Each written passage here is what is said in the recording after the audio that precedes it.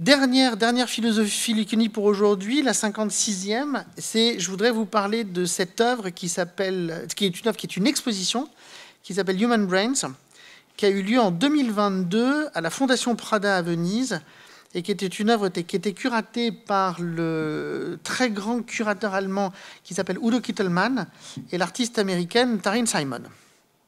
Voilà, ça c'est le piano nobile à la Fondation Prada, c'est l'entrée, je vais vous expliquer rapidement comment ça marche.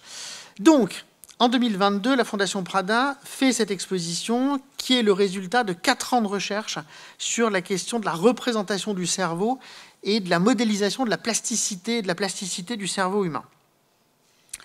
Et donc, ils ouvrent cette exposition qui s'appelle Human Brains, It Begins with an ID. Et cette exposition se passe sur 3 niveaux, et elle est conçue, donc, comme je vous l'ai dit, par Udo Kittelmann et Taryn Simon. Premier niveau, vous aviez une diffusion de films qui parlent scientifiquement de la manière avec laquelle le cerveau est conçu. Donc, vous avez plein de films qui vous montrent l'anatomie, qui vous expliquent comment ça fonctionne. Là, c'est le premier étage, c'est le piano nobile. Donc, vous aviez une circulation qui était faite avec des cimaises et des vitrines noires, à l'intérieur desquelles se déployaient 110 objets. Voilà, là vous avez l'exemple d'une vitrine, donc avec un verre très particulier, je vous expliquais comment ça marche, etc. C'était extrêmement beau. Et au deuxième étage, c'est-à-dire que vous aviez la suite de ça, et au deuxième étage, vous aviez cette chose qui s'appelait, j'en ai oublié le nom, mais je vais le retrouver. Mais je ne sais plus. Ah oui, si, The Conversation Machine. Et qui était un des grands dispositifs créés par Taryn Simon, qui était une sorte de grande sphère à l'intérieur desquelles vous aviez une série d'écrans, je ne sais plus exactement lesquels, à l'intérieur desquels une intelligence artificielle fabriquait une combinatoire de 32 interviews qui avaient été faites auprès de scientifiques, de neurologues, de philosophes sur ce qu'est la plasticité du cerveau. Et donc cette intelligence artificielle combinait les éléments pour en fabriquer une réarticulation de la pensée, une reformalisation de la pensée. Tout ça existe aujourd'hui dans un catalogue qui a été publié, qui est un catalogue assez hallucinant, et qui fabrique tout ça. Alors, je vais vous dire 2-3 choses autour de ça. La première chose, c'est que, et j'y tiens parce que c'est extrêmement important, cette exposition a été conçue par un personnage dont je suis extrêmement fan, qui s'appelle Udo Kittelmann, qui est né en 1958 et qui est un curateur allemand. Alors, la particularité d'Udo Kittelmann, c'est ça que j'aime profondément chez lui, c'est qu'Udo Kittelmann a été opticien jusqu'en 1988. C'est-à-dire qu'il ne s'occupait pas d'art, il était opticien, et puis petit à petit, il a commencé à travailler pour des clubs avec un intérêt artistique, il a commencé à travailler pour les trucs, et puis petit à petit, il a eu une ascension assez délirante, et ce qui a été le déclencheur le plus important, c'est qu'il a été le commissaire du pavillon allemand de la Biennale de Venise en 2001, où il a eu le courage de présenter un des artistes les plus difficiles du contemporain, qui s'appelle Gregor Schneider, qui est un artiste qui travaille sur la terreur, qui travaille sur l'enfermement, qui travaille sur des structures architecturales qui sont absolument délirantes, mais d'une brutalité et d'une violence absolument folle. Et il a présenté dans le pavillon allemand en 2001, il a présenté une pièce qui s'appelle Todeshaus-Uhr, qui est une sorte de maison de la mort, qui est un truc d'une angoisse et d'une terreur qui était absolument... Vous étiez enfermé dans une sorte de cheminement comme ça, qui était une sorte de maison de la mort, qui était absolument terrifiante, dans le pavillon allemand, dans les jardins de la Biennale. Gregor Schneider obtient le Lion d'Or, et là, ça permet... Voilà, pour Kittelmann, il y a un truc qui va être une sorte voilà, il y a un truc qui va se déclencher, et ça va aller très très vite pour lui dans une carrière pour quelqu'un qui n'appartient absolument pas au monde de l'art et qui n'était pas prédisposé à travailler pour le monde de l'art. Et ensuite de ça, il va faire plusieurs choses, c'est-à-dire qu'il va être directeur des musées de Cologne, et puis surtout, il finira quand même par être directeur de tout le groupe des musées des musées de Berlin et de toute la Neue Galerie de Berlin. Donc c'est un personnage qui est extrêmement important, qui a à un moment décidé qu'il arrêtait, et puis il s'est lancé dans ce grand projet de recherche en 2018 qui a produit cette chose. Donc pour moi, c'est un objet qui est important parce que c'est un objet qui est issu de la recherche, qui essaye de montrer la question de la plasticité, et que cette recherche ne peut avoir de sens que si elle prend en compte un travail à partir d'un travail d'artiste. Et ce travail d'artiste, c'est Taryn Simon. Alors, Taryn Simon est une artiste américaine qui est née en 1978, qui est une artiste extrêmement importante, me semble-t-il, entre autres pour la manière avec laquelle tout travail de Taryn Simon est un travail qui consiste en fait à exposer et à montrer du document et à montrer des objets. Qu'est-ce qu'on fait? Comment on fait pour montrer quelque chose? Le résultat d'une recherche, le résultat d'une forme de document, toutes sortes d'objets qui sont dans une boîte, qui a priori n'auraient pas d'intérêt pour quelqu'un d'autre, mais dont il va falloir renégocier, reformuler une question d'adresse pour que ça puisse advenir à un intérêt. Alors là, c'est particulier dans ça, et c'est ça que je vais essayer de vous montrer et vous montrer comment ça marche. J'ai oublié de vous dire que Taryn Simon sortait de la Rhode Island School of Design, qui est une des plus prestigieuses écoles d'art aux États-Unis. Donc, je vous ai dit comment ça marchait avec les plateaux, etc. Et je vais essayer de vous décrire un peu le fonctionnement rapide de cette œuvre et de vous en dire un certain nombre de choses. Donc, vous avez compris, hein, en bas, c'est du documentaire. Premier, deuxième étage, c'est 110 œuvres qui sont présentées dans ces grandes vitrines noires. Et chaque vitrine, chaque simèse noire, en fait, produit une sorte de ramification qui ressemble en fait aux formes du cerveau, et à l'intérieur duquel vous avez ces vitrines. Dans chaque vitrine, elles sont toutes faites de la même manière, c'est-à-dire elles ont toutes la même intensité lumineuse, elles ont toutes ce même tissu vert, un verre d'eau très étrange et qui est un papier peint japonais, et à l'intérieur de ça, les objets sont présentés. Tous les objets sont présentés avec 3 choses en plus. Les 3 choses en plus, c'est... Alors, j'ai pas d'image, parce que j'ai pas d'image. Dans chaque vitrine, il y avait un cartel, puisque tout le travail de Taryn Simon est l'inclusion des cartels dans le dispositif de monstration, des cartels extrêmement longs et des choses avec beaucoup de texte et beaucoup d'éléments. Vous aviez avec vous, en tant que visiteur, vous aviez un document de salle qui était épais comme ça et qui était un livre dans lequel était blindé un nombre incalculable de textes théoriques autour de la plasticité du cerveau et autour du cerveau. Et vous aviez un peu partout dans les salles, ça, qui étaient des petits écrans incrustés dans le mur. Et ces écrans, en fait, vous aviez de pied, vous aviez été filmé un personnage qui est George Guidall, qui est un personnage dans le monde anglo-saxon qui est hyper connu pour faire tous les films, pour faire les voix de tous les romans, les romans qu'on passe en version audio.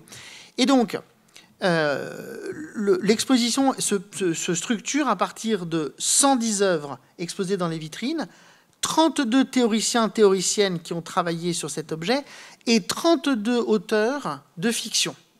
Et ce que fait ce personnage dans ces petits trucs, c'est lire les récits de fiction. Il y a une douche au-dessus qui vous permet de percevoir. Donc vous vous promenez à l'infini dans ces réseaux, et dans ces réseaux, vous avez les objets, vous avez évidemment les textes narratifs, vous avez les textes théoriques et vous avez les textes historiques. Et donc, il faut naviguer à partir de toutes ces choses pour arriver à fabriquer votre déambulation. Et puis à la fin, vous arrivez avec cette immense conversation machine qui ouvre en fait à cette structure assez... et donc vous pouvez passer des heures, puisque chaque fois ça se reformule, ça se renégocie, puisqu'en fonction de ce que l'intelligence artificielle capte dans une vidéo, en fait elle va déclencher une autre vidéo à côté, en faire retirer d'autres, etc. et refabriquer en fait un arraisonnement intellectif à partir de trucs. Donc c'est entre autres évidemment aussi pour ça que j'ai choisi de le faire maintenant, parce que ça permettait après Platon de pouvoir comprendre aussi ce qui est la manière avec laquelle on va plastiquement exposer de la résonance et du raisonnement intellectuel, et comment on fabriquait les choses. Alors, en forme de synthèse, je vais vous dire les choses suivantes. Première chose, les typologies à l'intérieur de ça. Il y en a 8 dans cette exposition, 8 typologies. La première typologie, c'est le discours scientifique. Le discours scientifique, vous avez les vidéos, vous avez les textes, vous avez les documentations. Le discours scientifique est extrêmement présent. Il est présent, mais il n'est pas premier. C'est-à-dire qu'il va passer derrière plein d'autres choses. Deuxième type, vous avez ce qu'on appelle le discours muséographique, c'est-à-dire que chaque objet présenté dans les vitrines est parfaitement indexé. C'est des objets qui ont été prêtés par des collections, c'est des objets qui ont été des facsimilés, mais tous les objets sont parfaitement indexés dans leur forme muséographique, même beaucoup mieux que n'importe quel musée pourrait le faire. Vous aviez des cartels extrêmement complexes, extrêmement bien foutus, et enfin, voilà. Et donc vous aviez des objets assez compliqués à comprendre, puisque c'était tous ces objets qui fabriquaient l'ensemble du dispositif. Donc ça, vous aviez le discours muséographique, vous aviez un discours historique qui était livré avec le petit livret qui vous accompagnait, avec tous les textes, et qui a donné lieu en fait à la fabrication du catalogue, qui est un immense catalogue de près de 1000 pages où sont accumulés tous les textes qui est des théoriciens et des théoriciennes. Vous aviez les discours fictifs. Donc les discours fictifs ont été produits par 32 auteurs du monde entier, et que vous pouviez voir donc dans les vidéos de ce personnage, et vous pouviez vous laisser emporter par la narration après les questions des discours historiques. Les 110 objets, il y a 110 objets qui sont présentés dans ces vitrines.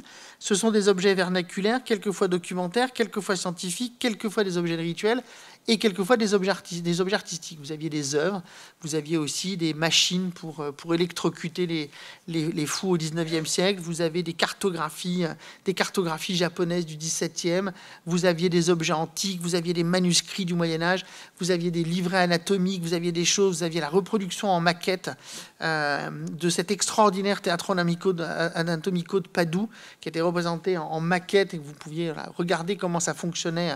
Premiers objets, on a fait des anatomies, on a compris comment ça fonctionnait. Donc, c'est 110 objets qui se déploient.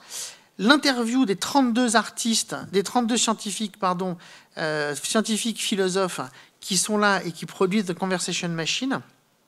Et enfin, le dernier niveau et le 8e niveau discursif de cet objet, c'est la relation curatoriale qu'il y a entre un théoricien curateur qui est Udo Kittelmann et une artiste plasticienne qui est Taryn Simon. Et ces 8 niveaux constituent 8 types de discours, 8 diégèses, et que toute l'exposition fonctionne dans une combinatoire extrêmement complexe, mais d'une richesse infinie, et c'est ça qui constitue la plasticité de l'exposition en tant qu'œuvre et en tant qu'objet que vous pouvez recevoir et en tant que ce que vous recevez comme adresse. Et donc ça en fait une œuvre d'une extrême complexité qui pouvait réclamer jusqu'à des heures et des heures. Il fallait y rester des heures pour arriver à mesurer le début de quelque chose, pour arriver à saisir ça. Et donc, c'est la deuxième raison pour laquelle, évidemment, c'était logique que je vous en parle après Platon, puisque ce qui constitue la puissance de cet objet, c'est que cet objet accumule des niveaux de diégèse extrêmement forts, puisqu'il y en a 8 niveaux pour arriver à le comprendre. Conclusion. Ça va être très rapide. Conclusion, qu'est-ce que cette exposition permet de comprendre? Qu'est-ce que cette exposition permet de voir? La première chose que cette exposition ouvre, c'est qu'elle ouvre à une des formes qui, moi, m'importe le plus dans le contemporain, qui est la question de la relation de collaboration. C'est-à-dire que je suis absolument persuadé aujourd'hui qu'on ne produit pas de la pensée, on ne produit pas de l'œuvre seul. C'est-à-dire que plus on collabore, plus on mélange, plus on mixe, plus la puissance de travail est forte. Et le coup de génie de cette œuvre, c'est d'affirmer évidemment à tous ces niveaux 4 ans de recherche, 2018-2020, 2022, l'exposition 2022, 2 ans de travaux 2022-2024 pour produire le catalogue. Ce qui est énorme, c'est 6 ans de travail, parce que ce que je ne vous ai pas dit, c'est qu'évidemment, il y a aussi un board scientifique qui a travaillé sur tout. C'est-à-dire qu'il y a un nombre de personnages, c'est-à-dire qui ont travaillé dessus. C'est le board scientifique, c'est Udo Kittelmann et Taryn Simon, c'est les 32 auteurs, c'est les 32 théoriciennes. Ce qui constitue un des enjeux du contemporain, c'est le collaboratif. J'en suis absolument convaincu et je pense que cette exposition était un jalon absolument incroyable dans l'histoire de la modernité pour ça. La deuxième chose, c'est qu'elle ouvrait aussi un truc qui est extrêmement important et qui touche beaucoup de choses pour nous, c'est qu'elle ouvrait évidemment de manière assez forte et d'assez puissante la question centrale de la recherche et création. C'est-à-dire que, c'est beaucoup plus puissant et c'est beaucoup plus fascinant de produire de la recherche théorique en collaborant avec des artistes oui, des artistes, et à partir d'objets. Et la deuxième chose, c'est que produire de l'œuvre, c'est évidemment encore plus fascinant si on collabore avec des chercheuses et des chercheuses. Et ça, je trouve que c'est extrêmement fort de le comprendre autour de ça. La troisième chose que cette exposition permettait de comprendre, et ça, alors c'est aussi une des raisons pour lesquelles j'ai une telle passion pour Udo Kittelmann, c'est que Kittelmann fait partie de ces théoriciens de l'histoire de l'art et de ces curateurs qui assument comme fondation centrale la relation entre la synchronie et la diachronie. C'est-à-dire que je ne peux pas dire quelque chose en synchronie, c'est-à-dire du contemporain, si je n'ai pas une compréhension diachronique de l'histoire et des formes. Et cette exposition était géniale pour ça. Vous aviez des objets de l'Antiquité, vous aviez des objets japonais, vous aviez un nombre d'objets qui permettaient de concevoir la démultiplication des modalités de représentation et la démultiplication des puissances plastiques pour arriver à dire quelque chose, là en l'occurrence, à dire quelque chose de ce qu'est le cerveau humain. Et bien, cette combinatoire infinie, diachronie-synchronie, elle me semble être aujourd'hui une des choses les plus importantes, parce que je pense qu'on a tendance à beaucoup trop oublier la puissance de ça, et je pense que le travail de Kittelmann et le travail de Taryn Simon est extrêmement important pour ça. Et là aussi, le travail de Taryn Simon est extrêmement important pour comprendre ça. Avant-dernier point, la question des relations combinatoires, c'est-à-dire que le grand enjeu de ça, c'est-à-dire une fois que vous avez accepté la question de la diachronie qui est fondatrice pour pouvoir parler en synchronie, c'est-à-dire qu'à partir de ça, ce que vous allez faire en synchronie, c'est que vous allez faire de la combinatoire. Et dans ce cas-là, il n'y a pas de limite à la combinatoire. C'est-à-dire que vous pouvez combiner du théorique avec du narratif, vous pouvez combiner un objet du XVIe avec un objet du contemporain, vous pouvez combiner un récit scientifique avec un récit poétique. Il n'y a pas de limite à la combinatoire. Cette combinatoire va générer au contraire quelque chose qui va être d'une puissance plastique qui est sans limite. Et vous allez démultiplier ces possibilités du récit, de la lecture, du théâtre, d'un nombre incalculable de choses qui vont venir augmenter la surface d'appréhension de l'objet. Et enfin, dernier point, qui est à mon sens là où cette exposition était une réussite absolue, c'est que si on suit les 4 premiers points de conclusion que j'ai donnés, ça veut dire évidemment que dans ce cas-là, c'est de l'affirmation d'une chose qui est que il ne peut pas y avoir d'adresse plastique s'il n'y a pas d'adresse critique.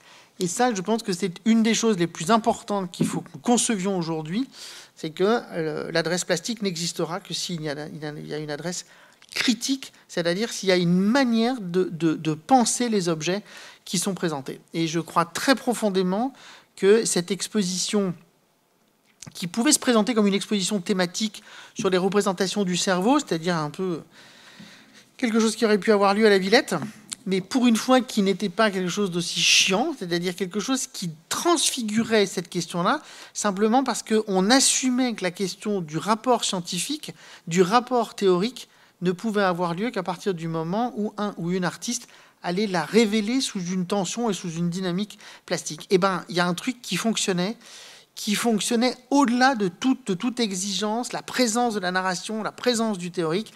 Voilà, je considère que c'est une exposition extrêmement importante et que c'est une exposition qui, pour moi, est tellement importante que je la considère à la fois comme exposition et à la fois comme œuvre. Et c'est précisément pour laquelle je l'ai présentée aujourd'hui dans le Filiconie, parce que pour moi, c'est une œuvre.